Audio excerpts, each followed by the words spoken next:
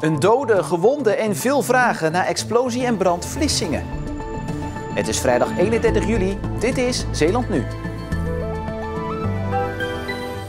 Onderzoek naar oorzaak in volle gang.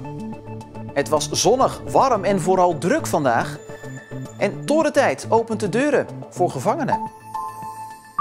Goedenavond. In Vlissingen is vandaag nog de hele dag onderzoek gedaan naar de explosie en brand in een flat van gisteravond.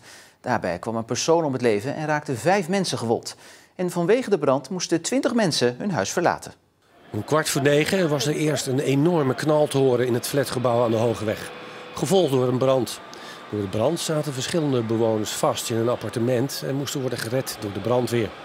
20 bewoners moesten hun huis verlaten en moesten de nacht elders doorbrengen.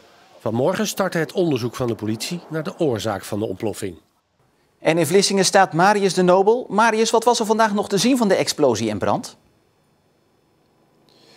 Nou, zoals je achter mij kunt zien is het best een ravage. Er was een enorme explosie. En het was alsof een raket dwars door het appartement is gevlogen. Want de voor- en achtergevels zijn weggeblazen. De brokstukken lagen voor en achter het appartement. Het is ook niet verwonderlijk dat die 22 appartementen moesten worden ontruimd. Ja, is eigenlijk al bekend wie het slachtoffer is? Nee, de politie onderzoekt dat nog. Want ze willen weten of het slachtoffer of de persoon die gevonden is in het appartement, of dat ook de bewoner is. Dat moeten ze nog uitzoeken. Ja, het onderzoek is dus nog in volle gang. Is er wel al meer duidelijk over wat er nou eigenlijk precies is gebeurd gisteravond?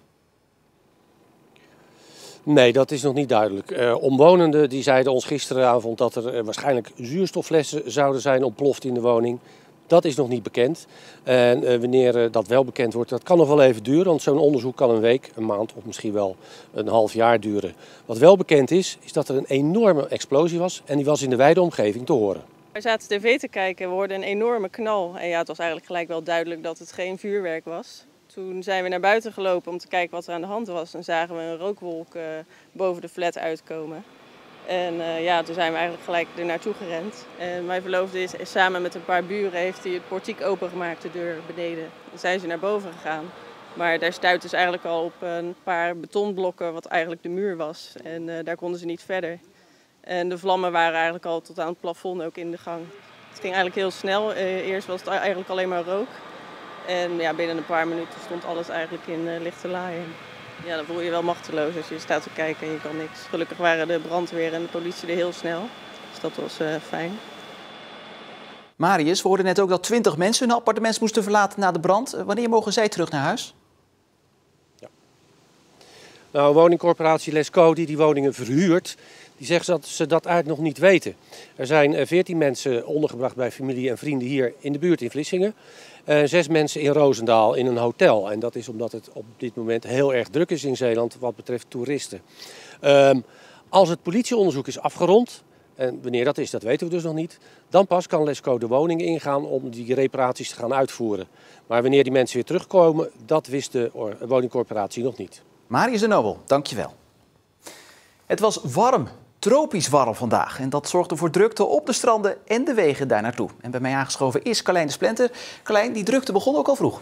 Ja, klopt. Er is goed geluisterd naar de oproep van de ANWB en de veiligheidsregio om vroeg naar de kust te vertrekken. Daardoor ontstond dus om 10 uur 's ochtends al de eerste drukte tussen de Bergen op Zoom en Rilland op de A58. Daar was het 1,5 uur aanschuiven om Zeeland binnen te komen. En ook op de provinciale wegen werd het al vroeg snel druk. Ja, en die mensen waren dus allemaal op weg naar de stranden? Ja, dat was goed te zien op de strandwijzer van de gemeente Veren. Die houden bij hoe druk het is aan de Walcherse kust. Vanmorgen vroeg was het nog code oranje, om het zo maar te noemen. Dus een beetje druk. Maar in de middag veranderde dat al in donkerrood. En dat betekent dat het te druk was.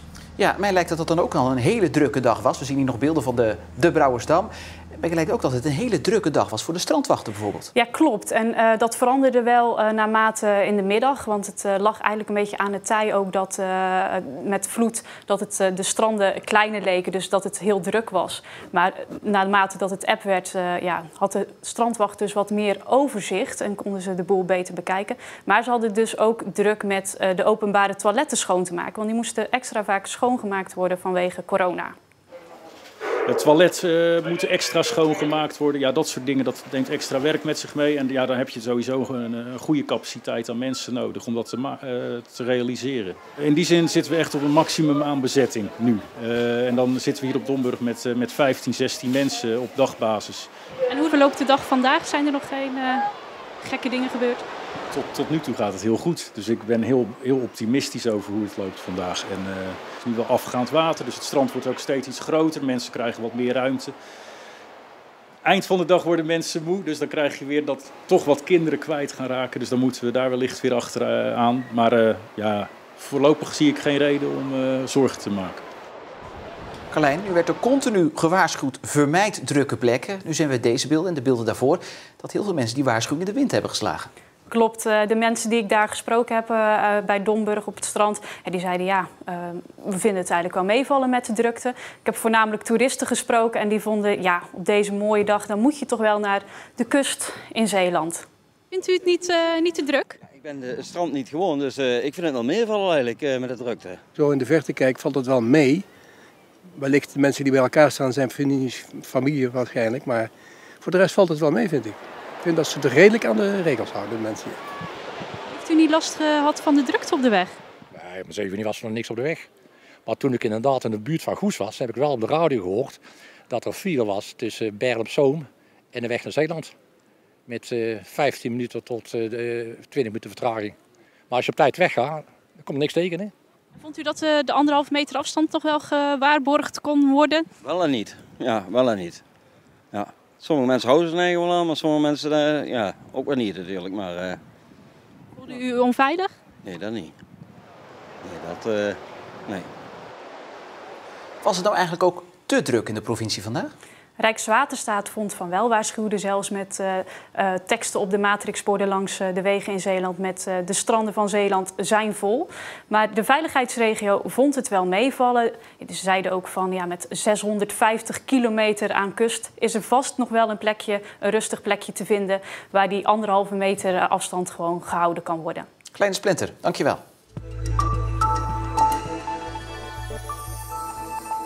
De provincie wil de nieuwe natuurvergunning voor Brouwerseiland afwijzen. Bij de bouw van de eilandjes en huizen komt te veel stikstof vrij, schrijft de provincie. Het besluit is overigens nog niet definitief, want officieel wordt er pas half september over besloten. Dit nieuws komt een week nadat het gemeentebestuur van Schouwen-Duiveland liet weten de vergunning voor Brouwerseiland opnieuw in behandeling te nemen, omdat die is gewijzigd. Wethouder Jacqueline van Burg ziet door de beslissing van de provincie overigens nog geen problemen ontstaan. Op dit moment het is een voornemen tot weigering. En iedereen mag daar weer een zienswijze op indienen, ook Brouwerseiland. Dus ik denk dat ik nu op de zaken vooruit moet lopen en vooral moet afwachten wat het definitieve besluit wordt. Goes en Hoek weten wie hun eerste tegenstanders zijn van het nieuwe voetbalseizoen. De KNVB heeft namelijk het speelschema van de 3e divisie bekendgemaakt. Goes begint met een thuiswedstrijd tegen DVS 33 uit Ermelo. En Hoek speelt in de eerste competitieronde een uitduel. De tegenstander is dan VVSB uit Noordwijkerhout. Morgen zou Hoek eigenlijk oefenen tegen het Belgische Lierse, maar dat duel gaat vanwege de coronacrisis niet door. Goes oefent wel, zij spelen in en tegen Halsteren.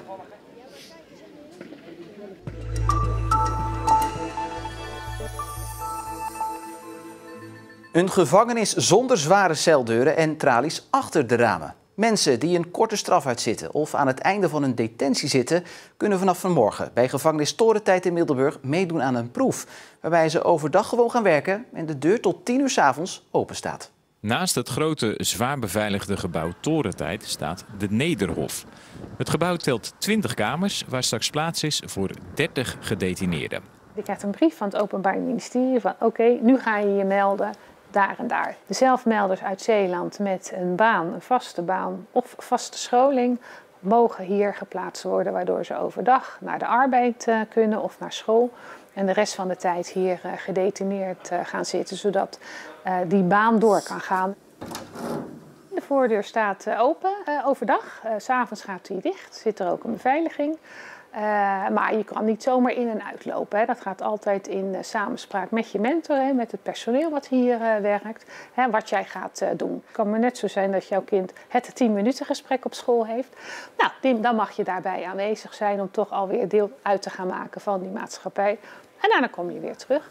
Reskilled, een organisatie die als doel heeft om op termijn alle gevangenissen te vervangen door kleine detentiehuizen, is enthousiast over het experiment. Meer dan 70% zit maar 3 maanden gevangen, maximaal.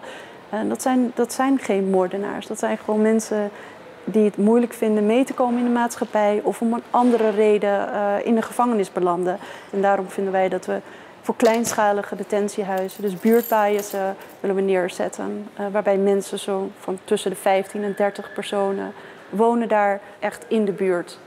Zo'n buurtbijes klinkt best leuk, maar van vrijblijvendheid is geen sprake. Wie over de schreef gaat, betaalt daarvoor de prijs. Uiteraard hebben we met deugnieten te maken. 1 keer waarschuwen, 2e keer weer terug naar een gesloten afdeling. Dat is de regel. Als de proef slaagt, zou het experiment bij Torentijd de voorloper kunnen zijn voor meer buurtbijessen. Mocht dat positief uitpakken, en positief in de zin van iemand recidiveert dus niet meer, ja, dan hebben we de mogelijkheid om dat landelijk uit te gaan rollen. Na een warme dag volgt ook een warme nacht. En daarover werd vandaag bekend dat in Vlissingen de meeste warme nachten zijn gemeten. Waarbij de minimumtemperatuur niet onder de 18 graden zakt. En die warme nachten komen ook steeds vaker voor. In de jaren 50 was dat 4 keer per jaar en nu gemiddeld 13 keer. En daar voegen we vannacht gewoon weer eentje bij. Want het wordt drukkend warm, maar er is wel kans op regen- en onweersbuien. Morgenochtend nog een kans op een bui, maar in de middag weer zon. En dan wordt het zo'n 25 graden. En nu was het vandaag niet de beste dag qua temperatuur dan toch om touwtje te gaan springen. En toch heeft Trots op Zeeland het gedaan. Zet hem op, hè? Dank u wel, dank u wel. Oh, zo kan het dus ook. Nou, ik denk dat jij met vlag en wimpel bent geslaagd, om eerlijk te zijn. Ja. Nou ja, hij liever dan ik. Maar meer hierover straks in Trots op Zeeland. Geniet van de avond en een fijn weekend.